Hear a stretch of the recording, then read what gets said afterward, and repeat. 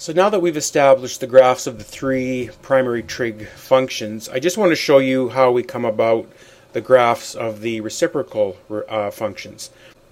So remember that the reciprocal of sine is cosecant. Sine theta obviously cannot be 0. And since this graph is the reciprocal of this one, you might remember that we have drawn reciprocal graphs in the past. And remember, the way that that works is we need to take our original graph and reciprocate the y values of each of those to create the new graph. So wherever we have a y value of 0, when we reciprocate 0, we're going to get an undefined value, which is going to create vertical asymptotes at all the zeros. When we reciprocate a y value of 1 or negative 1, we get the same value. So these points will remain the same on the new graph. And then if we take a point such as this, I'm just estimating this value here to be, let's say 3/4. That would become 4/3 when reciprocated. A value closer and closer to 1. A value here which is perhaps a half would become 2. And so the points that are closer to the axis become further away. And the graph swings up towards the asymptote. And similarly down here.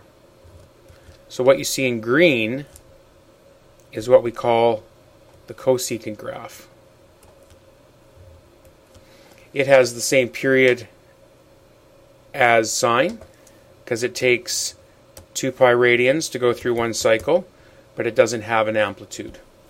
To graph this on the calculator, you would have to type in 1 divided by sine x, and you get your cosecant graph. And since the cosine graph is similar to the sine graph, it's just out of sync, out of phase by pi over 2 radians.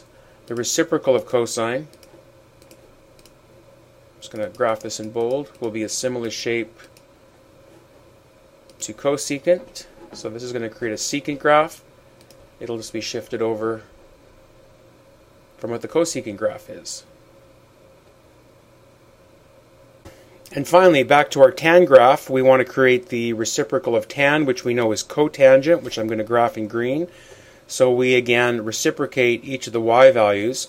Now remember, tangent had asymptotes to begin with, and asymptotes are undefined values, which means that was created by having a 0 in the denominator. So for example, tangent of 90 was the y coordinate over the x coordinate, and that was 1 over 0. So when we reciprocate 90, it will become 0. 1 over 0 will become 0. So the asymptotes here are going to become zeros of the function.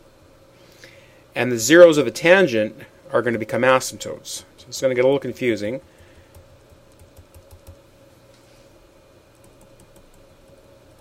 So we now have asymptotes at 0, pi, and 2 pi on the new graph.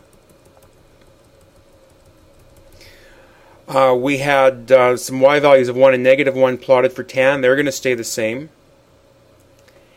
And a y value of a half right here, let's say, becomes 2. So closer to the axis goes higher. And so your graph is going to end up looking like this.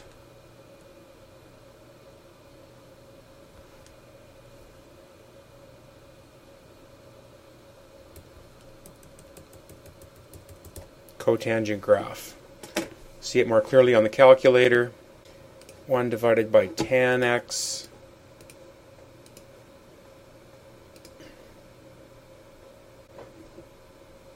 There we go.